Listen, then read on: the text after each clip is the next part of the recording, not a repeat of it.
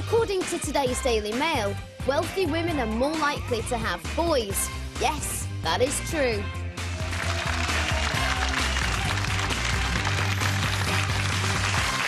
Should clarify that, have boys as in give birth to them.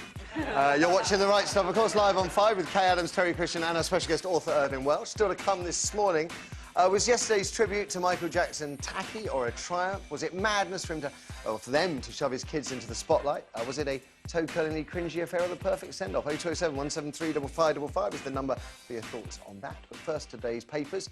Well, we're not doing the Jackson stories now, which dominate most of them. What have you got there on the Independent?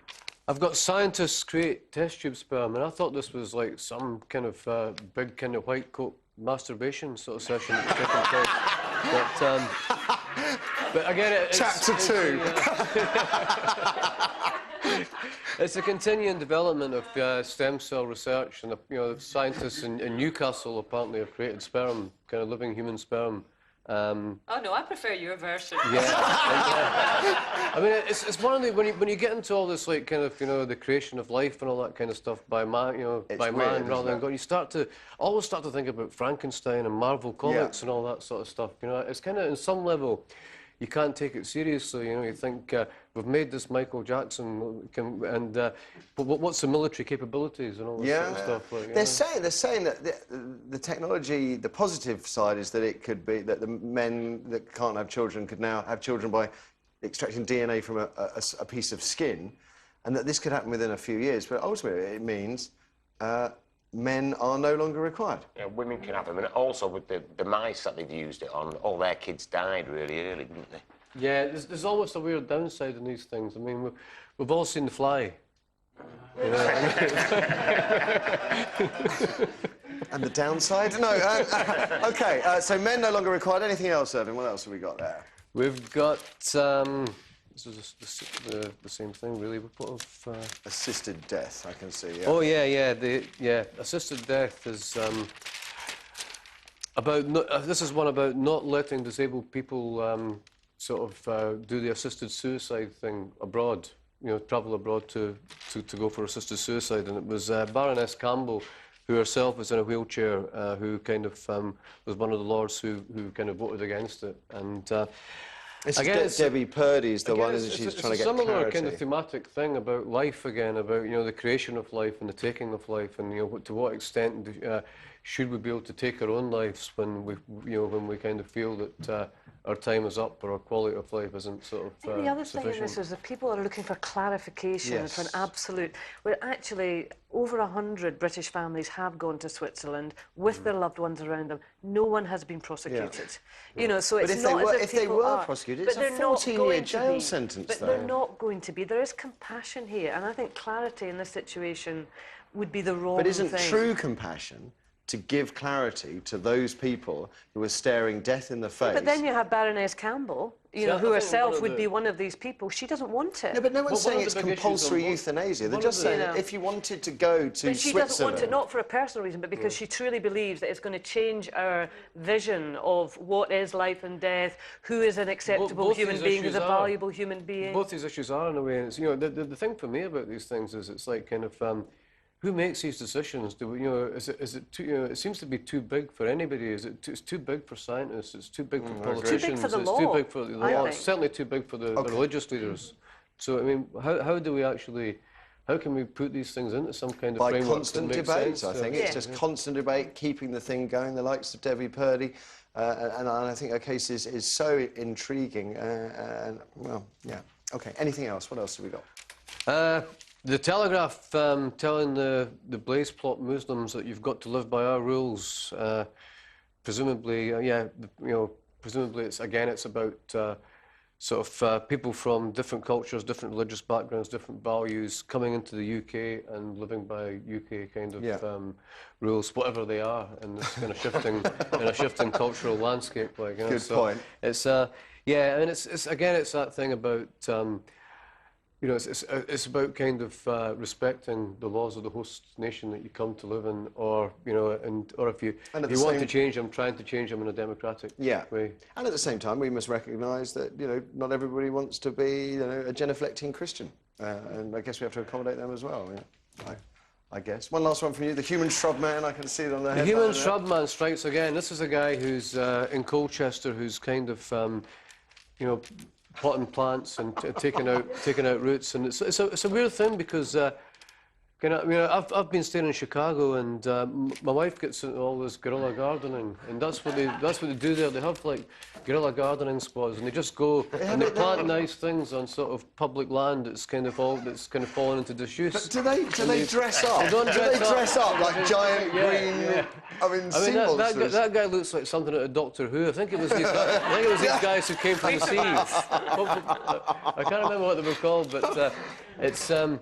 Yeah, I mean, I think it would be nicer. I think you should only be allowed to do these environmentalist things if you're prepared to be really crazy and put your money where your mouth is and put your money where your costume is. Good for them going out and spreading a bit of green. Good for them. Nice one, Irvine. What have you got then, Kate?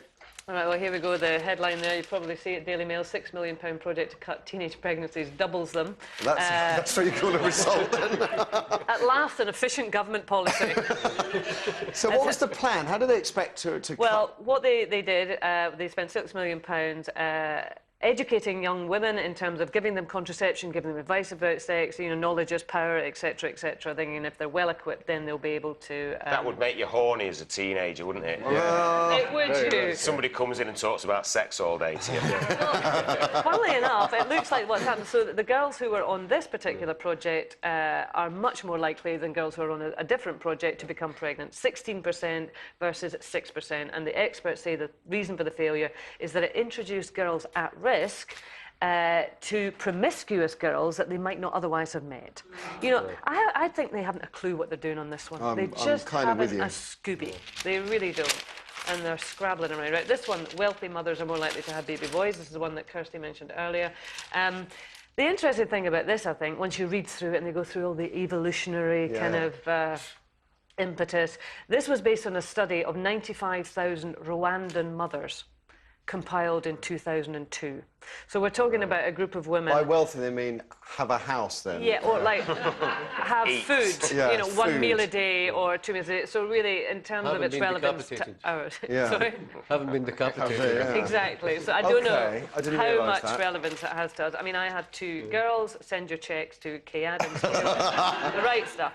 And this is pesticides activist loses fight to halt spraying. Now, you might have covered this in the past. This is this woman, Georgina Downs, who managed to get. She's been going for years. Yeah, hasn't she? I was going to say, she had one, hadn't she? I thought she'd won. She got a High Court ruling to say that she'd produced solid evidence that people exposed to chemicals had suffered harm, but now that has gone to an appeal court. Yeah. It's gone to an appeal court, and they have overturned it, basically. But the big thing is, because she's sort of dealing with DEFRA and all those people, she goes in and says, right, what was in this pesticide? And they won't, and they don't say. They won't say what actual chemicals make it up, because she got all sorts of allergies years ago. And there's a statement She's from- like a one-woman campaign. She has a statement from Hilary Benn that I won't even read out. It's so incomprehensible, to be honest. But anyway, she says she's going to take it to the House of Lords, so it's not the last we've heard, but this is a great one. I love this. Just quickly. There's the headline, taken into custody, the scarecrow policeman.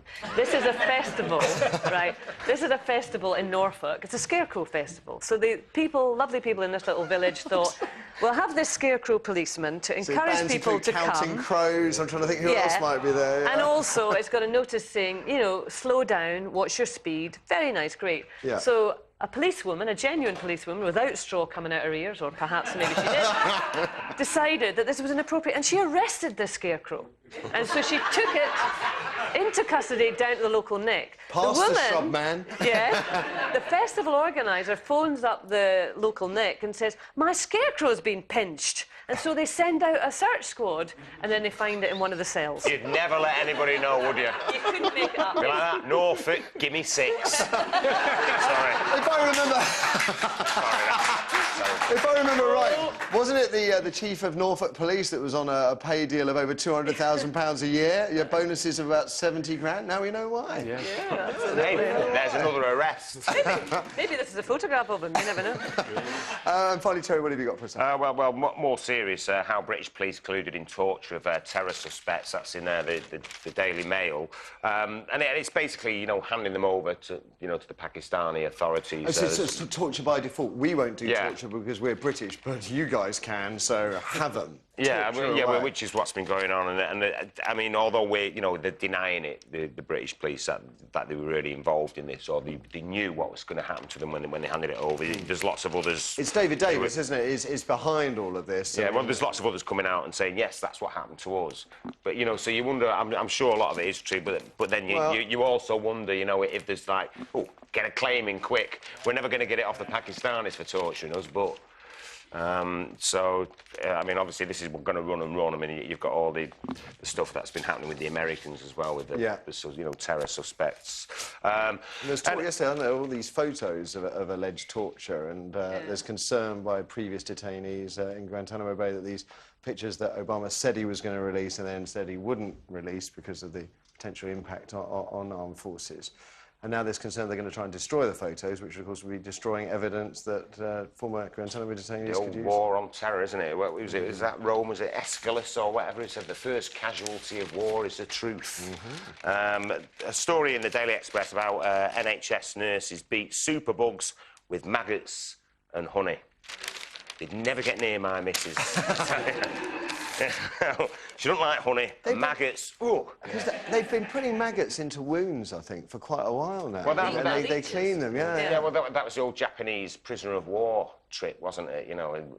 They wouldn't be given anything, just a handful of maggots by the guards to eat out the gangrene. And honey, I think there's even something in the Quran about honey, where the Prophet Muhammad kind of says, you can use honey on wounds because it's got certain enzymes and antibacterial qualities. So they've been using that as well for hundreds of years.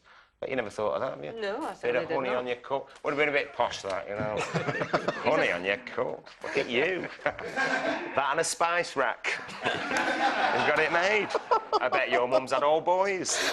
But, yeah, so they're using that in the NHS, to beat these superbugs. So at least they've got something. But fancy that, you'd be a maggot wrangler in the NHS. There's a new job for you.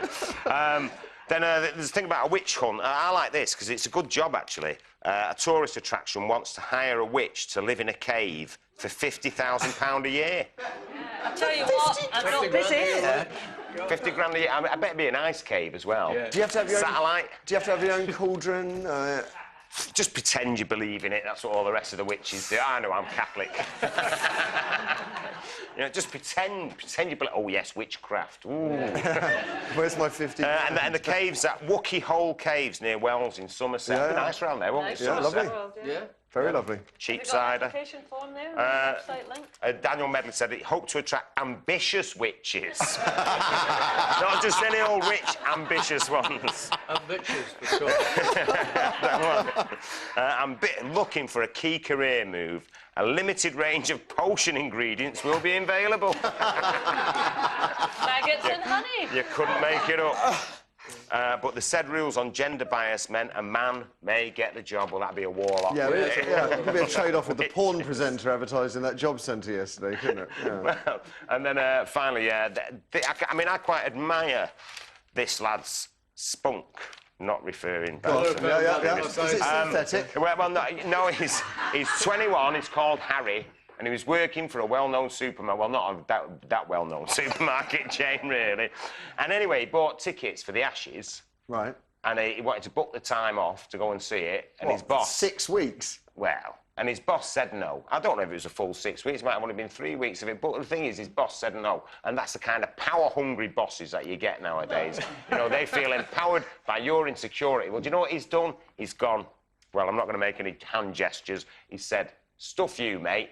I'm packing my job in, and I'm going to watch the Ashes, and I'm just going to stay at home all the time and watch it on the telly, because he'd sold his tickets and then sort of changed his mind a week later. And that's in a newspaper? Yeah, well, no, but this is what being British is all about. No, it isn't. Jack, come on, you've got to admire him. His girlfriend's another dole scrounger he'll be, he's won't he, in the end? 21. No, he's not scrounging. Not yet, He's watching the cricket. His girlfriend's a bit upset with him. She's 22, older woman. You know what I mean? He's thinking, knocking around the house and everything. But he said that he's going to take her to Paris. Where's he going to get the money from? Top banana. That's just to rub it into all those people out right. You're a scoundrel on the door. Oh, now he's going to Paris as well. I'll tell you what, if you thought Michael Jackson's memorial was surreal, it's not nothing on this morning, is it? Anyway, we're going to be going live to Cardiff after the ads. Talking of which, after the ads, we'll also be hitting your views on that Michael Jackson memorial yesterday. Was it tacky, a triumph? Even die-hard wacko fans on this show thought it was wrong to shove his weeping kids into the spotlight. There were Mariah Carey's hands, the Jackson 4 are wearing one glove apiece, Usher breaking down by the coffin. The ultimate send-off? You tell me. 0207 173 5555 is the number for your thoughts, and we'll take as many as we can after the ads. What was Jacko's youngest son, Blanket, clutching throughout the memorial service? A signed photo of Diana Ross, a banana for Bubbles, or a Jacko doll? Find out after the ads.